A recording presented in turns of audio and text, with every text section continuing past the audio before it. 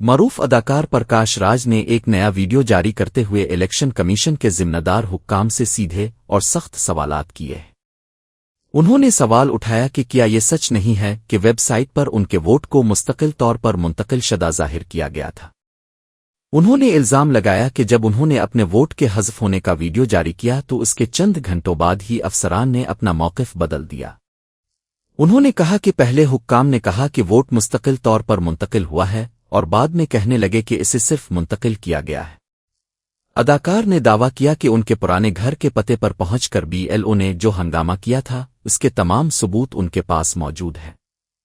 انہوں نے برہم ہو کر سوال کیا کہ کیا اس ملک کے شہریوں کو اپنے جمہوری اور بنیادی حق کے لیے اس طرح قطار میں کھڑے ہو کر مانگنا پڑے گا۔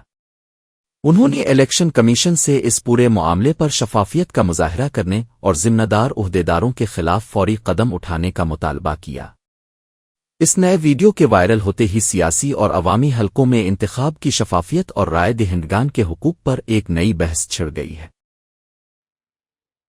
Friends, Sathiyo, few questions to the Election Commission of Karnataka. Isn't it true that you had put it on your website that my voter ID is permanently shifted, that means deleted, that I have to fill Form 6 and apply for a new voter ID? And once I raised the issues and when it reached millions, within hours, isn't it true that you officials called me and said there has been a mistake, we will correct it? And you also requested me to put it on social media, you are correcting it. I have all the call records.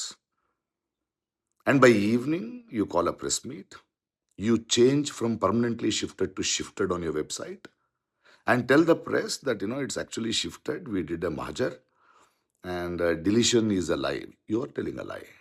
You have told a lie.